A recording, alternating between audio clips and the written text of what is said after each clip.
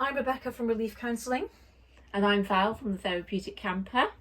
And we're going to talk to you a little bit about counselling. And today we're going to look at the myths behind counselling, because there are just a few, misconceptions about why people come here, aren't there?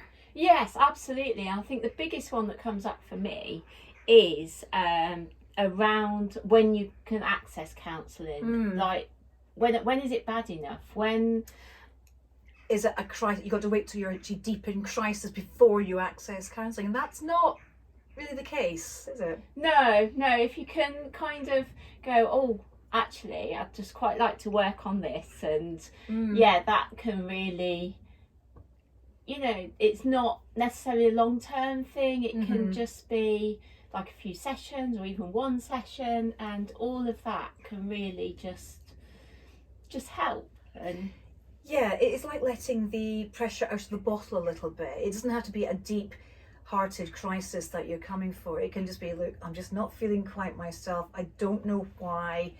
There's just something that's really, really bothering me.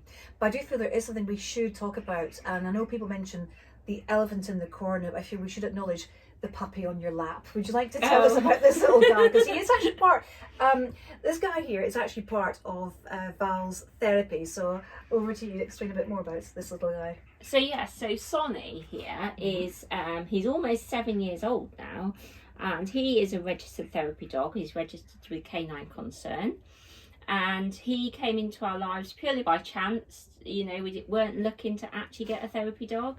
It's a bit of a bonus. So when I set up and qualified and kind of set up my business, it just made sense that actually he can be included and we have the right thing. And sometimes, it can work, and like now where he looks really lovely and calm, and sometimes he can be a bit of a dog.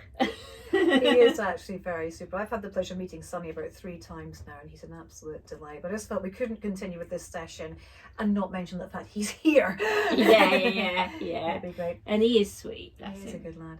But going back to the myths of counselling, you don't actually have to be in a crisis to come to either of us for any kind of counselling. We're actually very much here to help as many people as we can.